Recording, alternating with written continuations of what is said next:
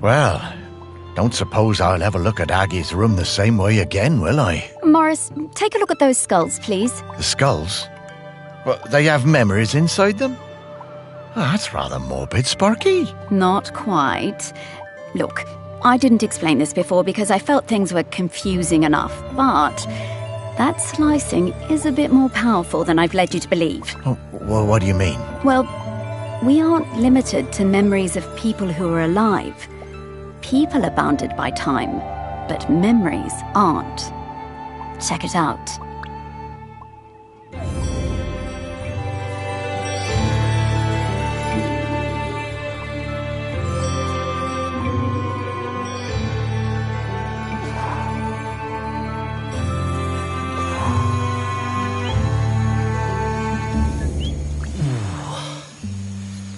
Oh, I didn't think dead stomachs could get queasy, but here we are. Where are we, Sparky? When are we, Morris? This is Shelmerston in Aggie's time. You should be able to find some memories of her here. You are some dog, Sparky.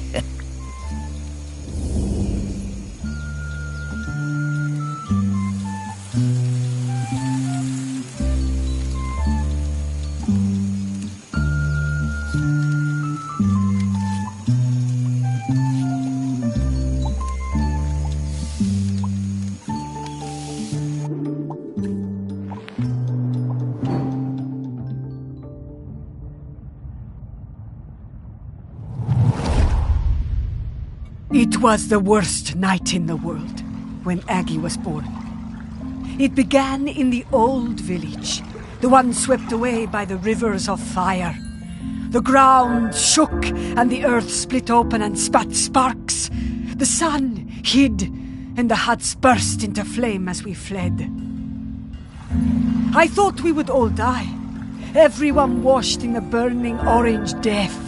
And Aggie's mother howling with the pain of the child coming. We made it as far as the cliff top by the sea. The mountain was still roaring and roaring. The rock ran in rivers toward the sea. The air smelled of death and poison. But Aggie was perfect. Small and angry, her tiny fists pummeling the air. I used my knife to cut the cord. We chose a spot for the new village closer to the beach. The burning rivers cooled to pumice and black glass. I made sure everyone knew that a life that began in this way would be special.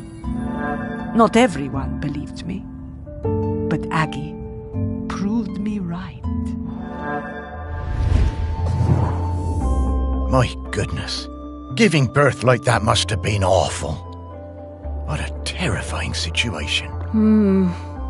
So, where do you think that knife is?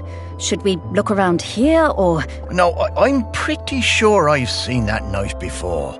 Back at the museum, I reckon. Okay, Morris, let's go.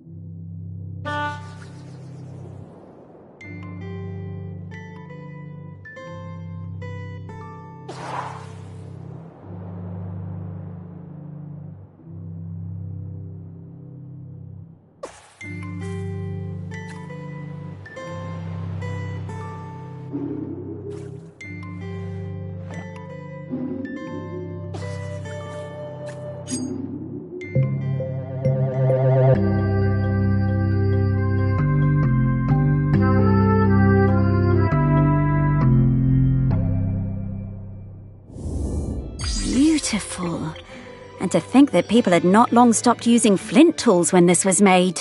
There is so much history in this knife. Ooh. I'd love to see what else it got up to.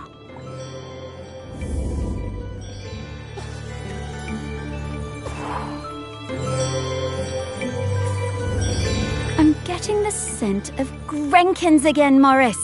I'll pop up to let you know when we're close to one.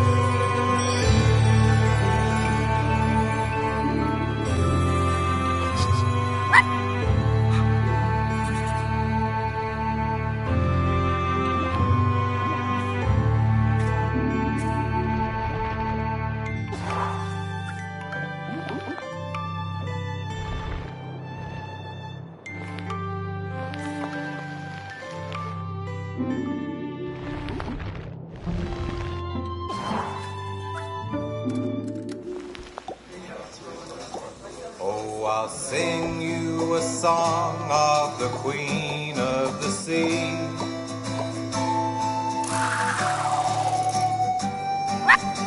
When I first met her and when she first met me.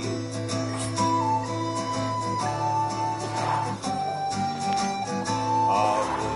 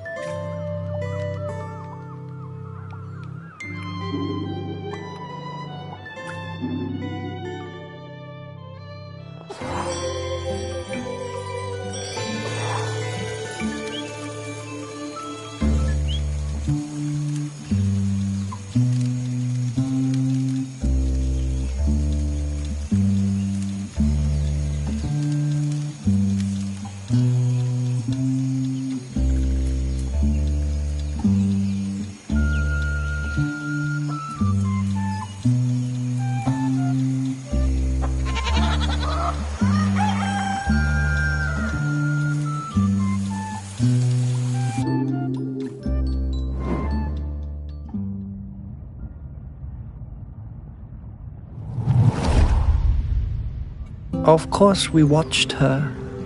We had heard of her birth and seen her on the shore, her feet sometimes in the seawater, her body in the sun. We did not show ourselves at first. As a test, we left the mirror on the black shore, born of the volcano on the same day as her, and waited to see what would happen, to see if it called to her. She picked it up, turned it from side to side. She took it home.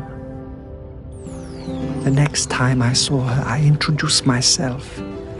We sang together, and I showed her how the mirror worked, how if you emptied your mind and thought of air and light and sea, you would see things in its surface, how things would unfurl in the future.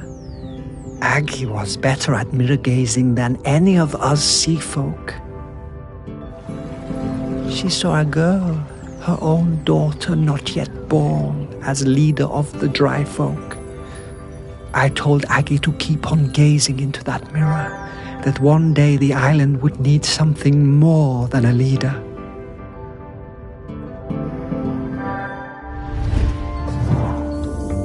Oh, I had a box of rocks that looked like that mirror somewhere. Where did I put it?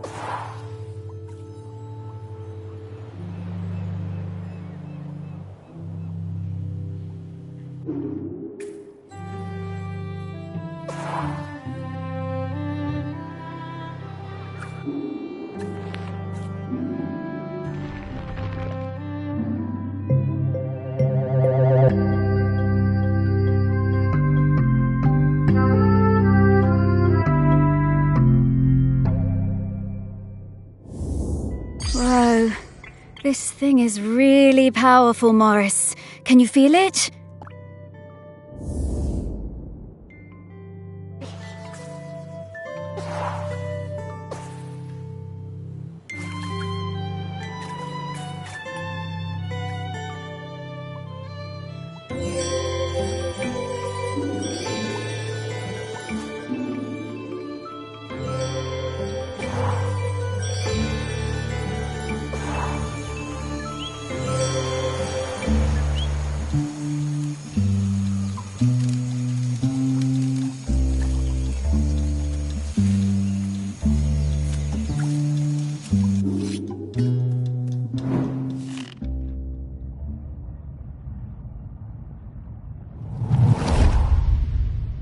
I was always fearless.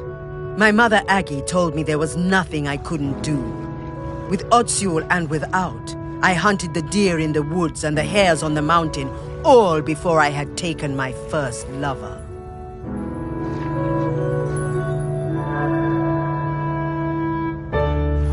And younger still, one time Aggie had me knock her tooth out when she was in terrible pain. I didn't mind even when the blood poured out. It was easy for me. Spears and knives were my nature. Death and courage were my meat and drink. I knew about Aggie's mirror, of course, but did not believe all of it.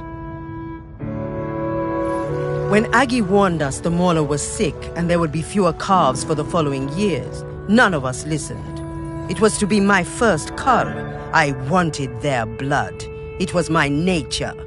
We would not take less of the Mauler just because an old woman told us to. She came to the beach after the Mauler slaughter, her hair wild, eyes burning with fury, raged and shouted like a woman out of her mind. "We had killed too many," she said. Then she left the village, told us she was done with all of us, forever. As Otsul marked me with oil and blood, I did not mourn my mother leaving. I was young and foolish, and the sight of her ashamed me. But of course, I did not see what was to come. To think that they were still having the same arguments about the Morlo way back in the Bronze Age. Aggie must have sensed the trouble ahead. Maybe she was trying to find a way to prevent it.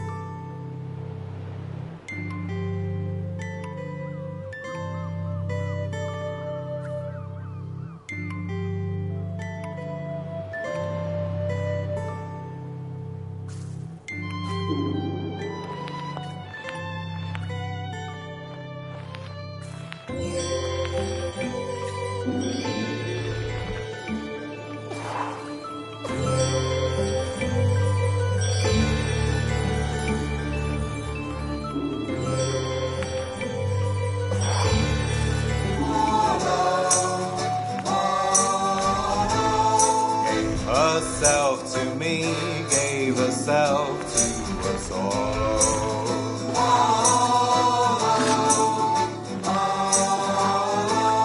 I took up my knife and with all of the town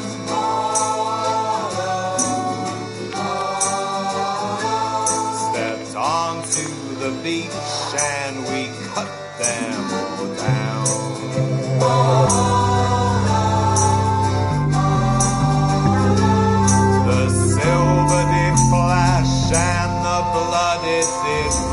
What a beautiful object. Delighted to have it in our museum. They did go, but I never did stop my blade.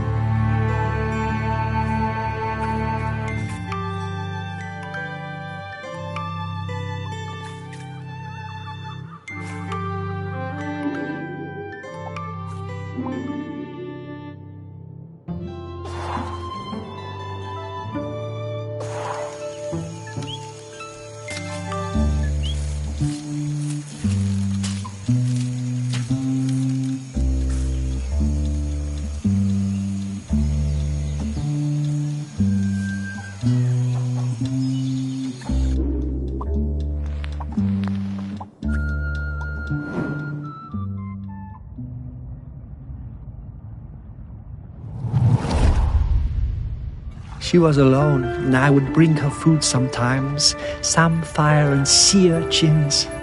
She would make dry food and we would eat it together. Textures unlike any we knew that broke apart in your hands and in your mouth. We would sing together, make tea together. We became her family. The dry folk left her alone.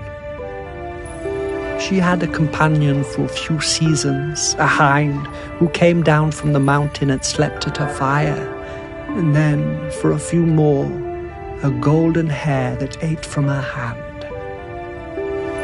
One night we all felt it, those of us in the water and those above, the island waking, rumbling, alive again, more furious than before.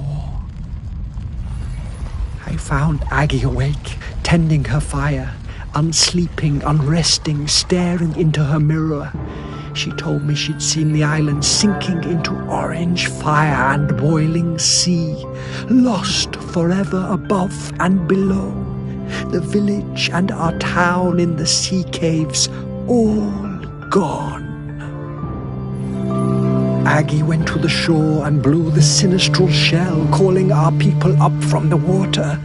Aggie sang for them the oldest song, and we spoke for some time. That night, the sea and sky was all the same color, a deep grey blue like a mackerel's back without the glitter. As the dawn approached, Aggie left the beach to return to her people, to tell them what must be done.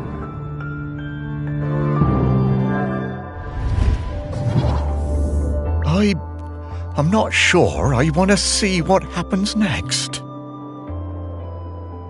We have to, Morris.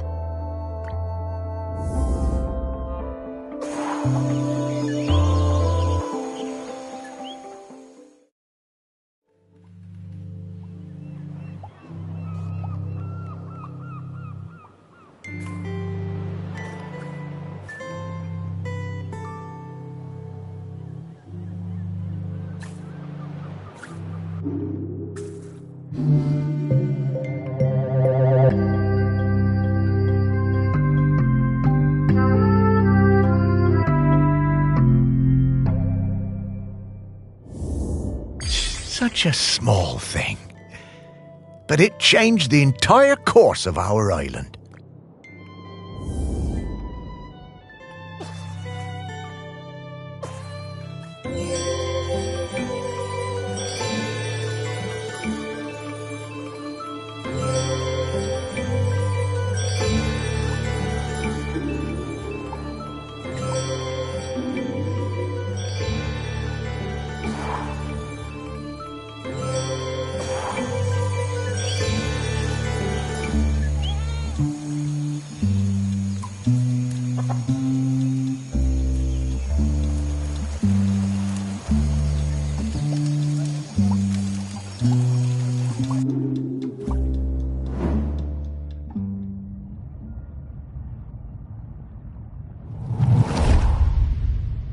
We heard the shell and knew Aggie had returned.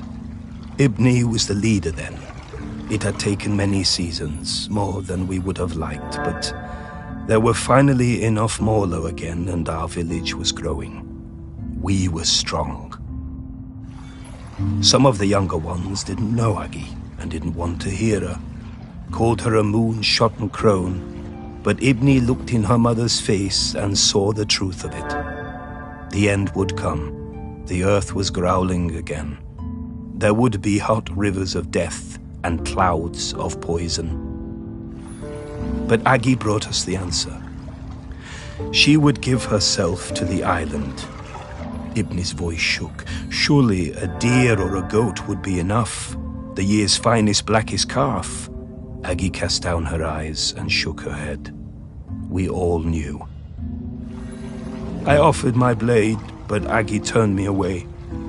She took her knife that had cut her own cord the night the volcano last erupted and wrapped Ibni's fingers tight around the bone hilt. It must be you, Ibni, she said, and it must be now before the sun comes up.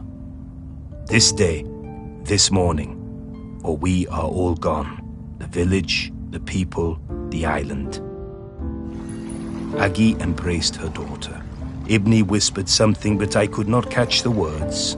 Both women's faces shone with tears. Aggie sat on the ceremonial stone, the tears streaming now from all of us. Aggie delivered her final message. She told us her body must not be burned or given to the sea, but lain in the earth of the island beneath the mountain. Ibni was shaking, and then I realized it was not just Ibni. The whole island was trembling under our feet, waking up. Aggie told Ibni to be quick, the end was coming. As Aggie took Ibni's hand and guided the knife to her side, we saw the fish folk rising from the sea, hundreds of them, so many. I had no idea there were so many. Aggie was quiet the whole time, but Ibni cried out. A sound of longing and hurting from her heart like I had never heard. Then she fell silent, and as Aggie's life poured from her body, the island and everything on it fell suddenly still. Utterly still. We wept then, in sorrow and relief. Then the fish folk were among us, countless, numberless. One embraced Ibni, holding her up as it seemed her own legs might give way. When the sun came up that day, land and sea folk stood together for the first time, talking and singing the old songs, Aggie's songs, together. Ibni and the fish folk took Aggie up onto the mountain. They laid her in the peat alongside the knife and all the things she would need on her journey. Ibni watched over Aggie for days afterwards. Before she was covered, she placed a sacred carved stone, Aggie's beloved hair, inside her mother's mouth, to guide her and help her keep the mountain still forever. And so it was.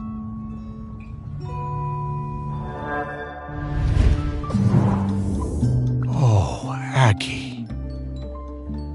Now that's bravery.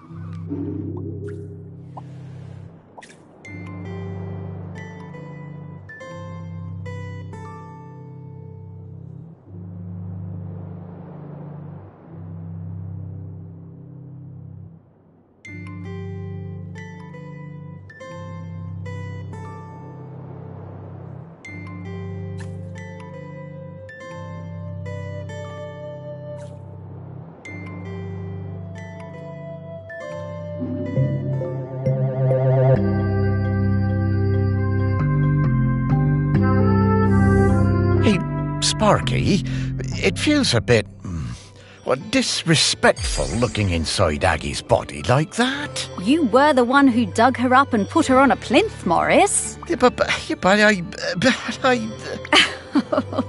Relax, Morris. This body isn't Aggie anymore. She's long past needing this old thing. Well, all right then.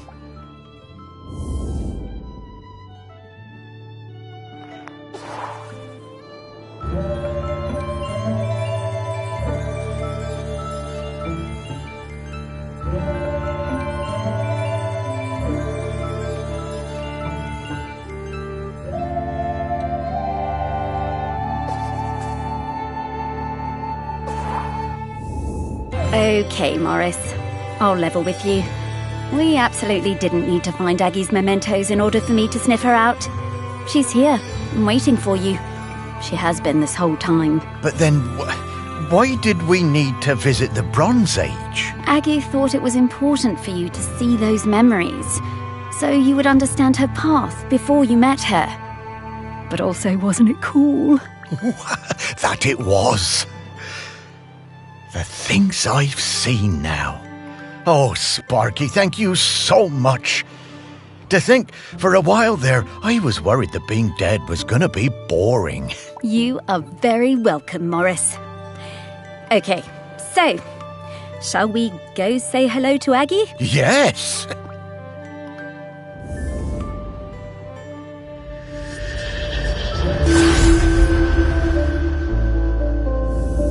Morris! Sparky! It's so good to see you both. Hey, Aggie. Wait, you know me? Of course I do. Morris Lupton, one of the best-loved men in the history of Shelmerston, with the very finest dog. Me? Oh, I don't know.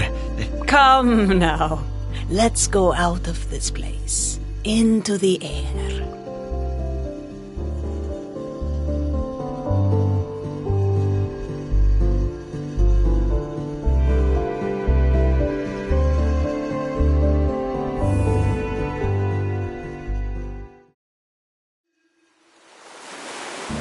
The one part of Shelmerston that looks just the same as the first day I saw it.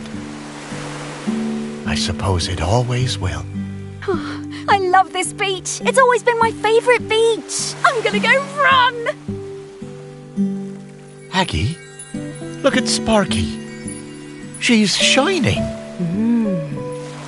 That's the hope and the joy shining out of her. That's it, isn't it? The point of all of this. It is hope, home. This island, it chose the two of you just as it chose me. And where will you be heading now? Heaven or something? Heaven? What's that? Well, I don't quite know how to explain it. But to me, it would be an awful lot like this beach. I don't know where I'm going, but I'm hoping to see Ibni, my daughter. It's been a very long time, but I remember her. We never forget the ones we love, do we, Morris? No, I don't suppose we do. I think she wants something, Morris. Huh. Would you look at that? I just found a tennis ball in my pocket. Here you are, girl.